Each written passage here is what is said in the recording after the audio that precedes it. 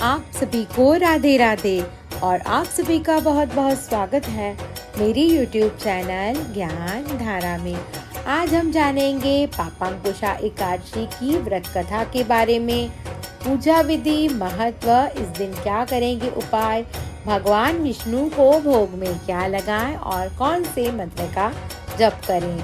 तो आइए जानते हैं विस्तार से। ओम नमो भगवते वासुदेवाय। हिंदू धर्म में एकादशी तिथि का बहुत अधिक महत्व माना गया है। मान्यता के अनुसार यह तिथि भगवान श्री विष्णु को सबसे प्रिय है। वर्ष 2024 में 13 अक्टूबर दिन रविवार तथा 14 अक्टूबर को वैष्णव पापांकुशा एकादशी मनाएंगे। यह एकादशी पापों से मुक्ति देकर स्वर्ग प्राप्ति कराने में सहायता करती है। धार्मिक मान्यता के अनुसार बाल्यावस्था, युवावस्था और वृद्धावस्था में इस व्रत को करने से पापी मनुष्य भी दुर्गति को प्राप्त न होकर सद्गति को प्राप्त होता है। आश्विन मास की शुक्ल पक्ष की इस पापांकुशा एकादशी का व्रत जो मनुष्य करते हैं वे अंत समय में हरि लोक को प्राप्त होते हैं तथा समस्त पापों से मुक्त हो जाते हैं। इस दिन सोना, तिल, भूमि, गौ, अन्न, जल, छतरी तथा जूते दान करने से मनुष्य यमराज को नहीं देखता, यह भी मान्यता है। एकादशी तिथि भगवान विष्णु को समर्पित है। इस दिन भगवान विष्णु की कृपा पाने के लिए भक्तजन उनकी विधि विधान के साथ पूजा अर्चना करते हैं और व्रत रखते हैं। मान्यता है कि ऐसा करने से व्यक्ति को सभी पापों से मुक्ति मिलती है और जीवन में सुख, शांति और सौभाग्य की प्राप्ति होती है। प्रत्येक वर्ष आश्विन माह के शुक्ल पक्ष की एकादशी तिथि को पापांकुशा एकादशी मनाई जाती है। यह एकादशी हर वर्ष दशहरा पर्व के अगले दिन आती है। मान्यता है कि पापांकुशा एकादशी का विधि विधान के साथ व्रत और पूजन करने से भगवान विष्णु प्रसन्न होते हैं और मनोकामना पूर्ण करते हैं। अब हम जानेंगे कब है पापांकुशा एकादशी। वैदिक पंचांग के अनुसार आश्विन मास के शुक्ल पक्ष की एकादशी तिथि का आरंभ 13 अक्टूबर दिन रविवार की सुबह 9:08 पर होगा। इसका समापन अगले दिन 14 अक्टूबर दिन सोमवार सुबह 6:40 पर होगा। 13 अक्टूबर को एकादशी और 14 अक्टूबर को द्वादशी तिथि है। उदया तिथि के अनुसार इस वर्ष पापांकुशा एकादशी 13 अक्टूबर को मनाई जाएगी और अगले दिन 14 अक्टूबर को व्रत का पारण किया जाएगा। अब हम जानेंगे पापांकुश एकादशी का महत्व। जो इस पापांकुश एकादशी का व्रत करता है उसे अच्छा स्वास्थ्य, सुख, समृद्धि, ऐश्वर्य मिलता है। विष्णु जी को मानने वालों के लिए इस एकादशी का विशेष महत्व है। रीति रिवाजों के अनुसार इस दिन व्रत रखने वाले कृष्ण एवं राधा की पूजा अर्चना करते हैं। इस एकादशी के बारे में ब्रह्मा वैवर्त पुराण में भी लिखा हुआ है और इसे पाप से मुक्ति के लिए सबसे अधिक करना माना गया है। इस पुराण के अनुसार महाराज युधिष्ठिर भगवान कृष्ण से इस व्रत के बारे में पूछते हैं। तब कृष्ण बताते हैं कि हजारों साल की तपस्या से जो फल नहीं मिलता वो फल इस व्रत से मिलता है। इससे अनजाने में किए मनुष्य के पाप क्षमा होते हैं और उसे मुक्ति मिलती है। कृष्ण जी बताते हैं कि इस दिन दान का विशेष महत्व है। मनुष्य अगर अपनी इच्छा से अनाज, जूते, चप्पल, छाता, कपड़े, पशु, सोने का दान करता है तो इस व्रत का फल उसे पूर्णतः मिलता है। उसे सांसारिक जीवन में सुख, शांति, ऐश्वर्य, धन दौलत, अच्छा परिवार मिलता है।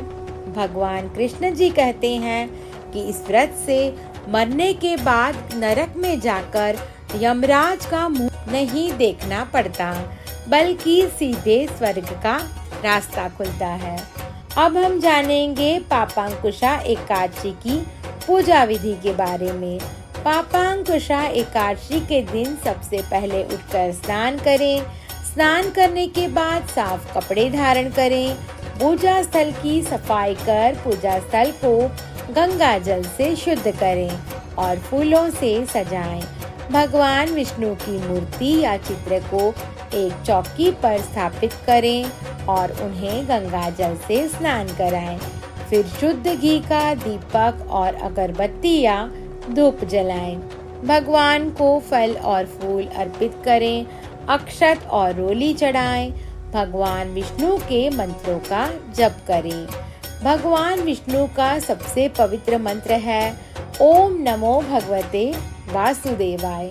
भगवान विष्णु की आरती करें। व्रत का संकल्प लें और भगवान से मन की शांति और मोक्ष की प्राप्ति की प्रार्थना करें।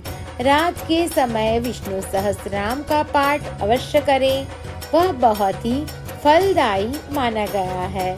इस दिन भगवान विष्णु की कथा सुनना बहुत ही शुभ माना गया है।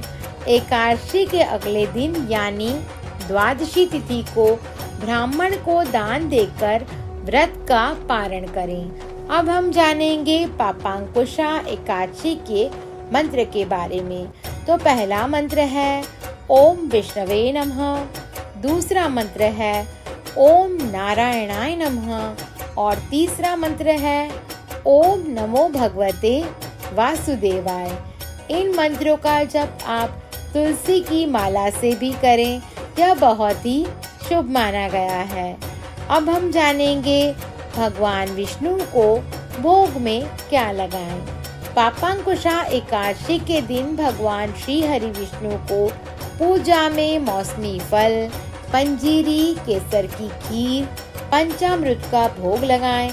मान्यता है कि इन चीजों का भोग लगाने से भगवान विष्णु प्रसन्न होते हैं और भक्त की सभी मनोकामनाएं पूरी करते हैं।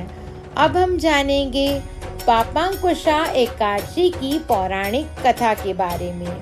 तो बोलिए ओम नमो भगवते वासुदेवाय। धर्मराज युधिष्ठिर कहने लगे कि हे भगवान, आश्विन शुक्ल एकादशी का नाम क्या है? अब आप कृपा करके इसकी विधि तथा फल बताएं। भगवान श्री कृष्ण कहने लगे, हे युधिष्ठिर, पापों का नाश करने वाली इस एकादशी का नाम पापांकुशा एकादशी है। हे राजन, इस दिन मनुष्य को विधि पूर्वक भगवान पद्मनाभ की पूजा करनी चाहिए।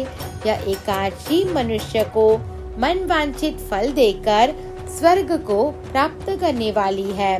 मनुष्य को बहुत दिनों तक कठोर तपस्या से जो फल मिलता है, वह फल भगवान गरुड़ध्वज को नमस्कार करने से प्राप्त होता है। जो मनुष्य अज्ञानवश अनेक पाप करते हैं परंतु हरि को नमस्कार करते हैं, वे नरक में नहीं जाते। विष्णु के नाम के कीर्तन मात्र से संसार के सब तीर्थों के पुण्य का फल मिलता है।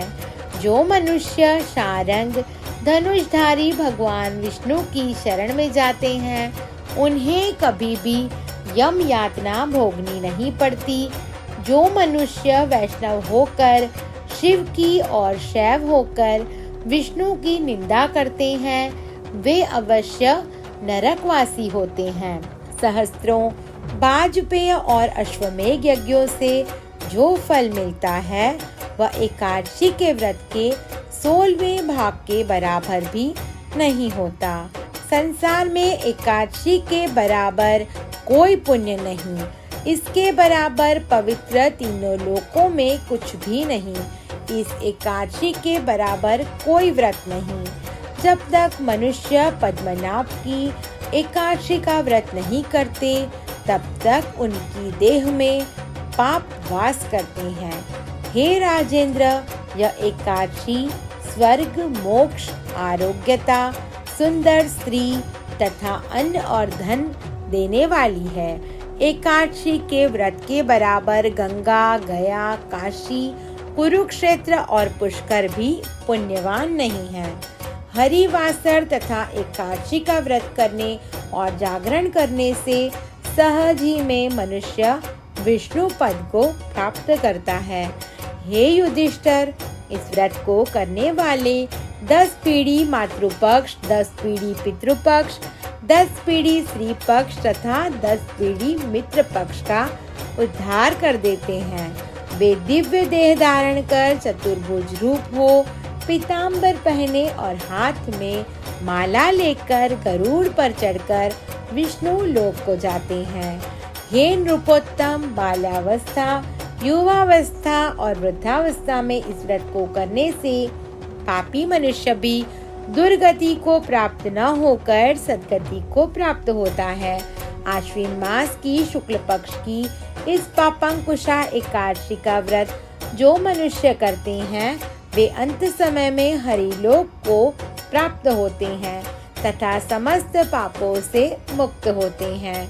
सोना, तिल, भूमि, गौ, अन्न, जल, छतरी तथा जूते दान करने से मनुष्य यमराज को नहीं देखते।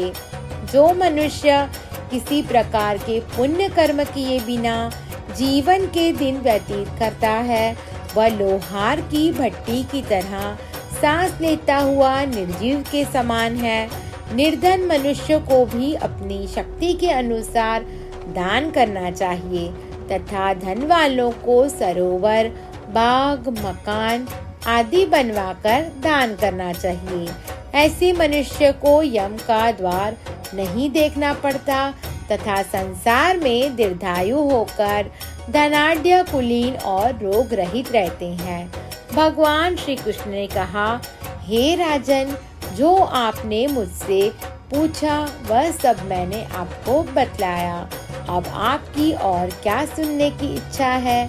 इस व्रत को करने वाला दिव्य फल को प्राप्त होता है। हम जानेंगे पापांकुशा एकादशी पर क्या करेंगे उपाय।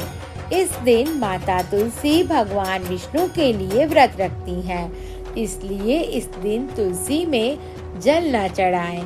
ऐसा करने से माता तुलसी के व्रत में बाधा आती है। एकादशी के दिन तुलसी माता की पूजा से वैवाहिक जीवन खुशहाल होता है। तुलसी माता को सुहाग की चीजें चढ़ाने और 11 परिक्रमा करने का विधान है। ऐसा करने से जीवन में अच्छे परिणाम मिलते हैं। मान्यता है कि सुहाग का सामान चढ़ाने से और परिक्रमा करने से तुलसी माता प्रसन्न होती है और आशीर्वाद देती है।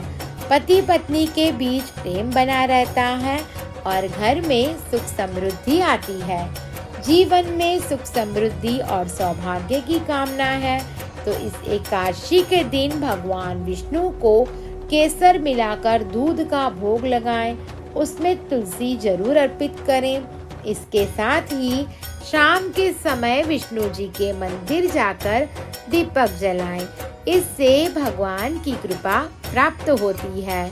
इस एकादशी के दिन बड़े बुजुर्गों का आशीर्वाद लें और पीपल के पेड़ की जड़ में 1 लोटा जल अवश्य चढ़ाएं। इस दौरान श्री विष्णु के मंत्र का 21 या 108 बार जप करें। इस उपाय को करने से माता महालक्ष्मी की कृपा सदैव बनी रहती है। मान्यता है कि पापांकुशा एकादशी का व्रत करने से 1000 अश्वमेघ यज्ञ और 1000 सूर्य यज्ञ के बराबर फल मिलता है। इस व्रत को रखने वाले को 1000 अश्वमेघ यज्ञ और 1000 सूर्य यज्ञ के समान फल मिलता है। इससे साधक के जीवन में हमेशा खुशहाली बनी रहती है।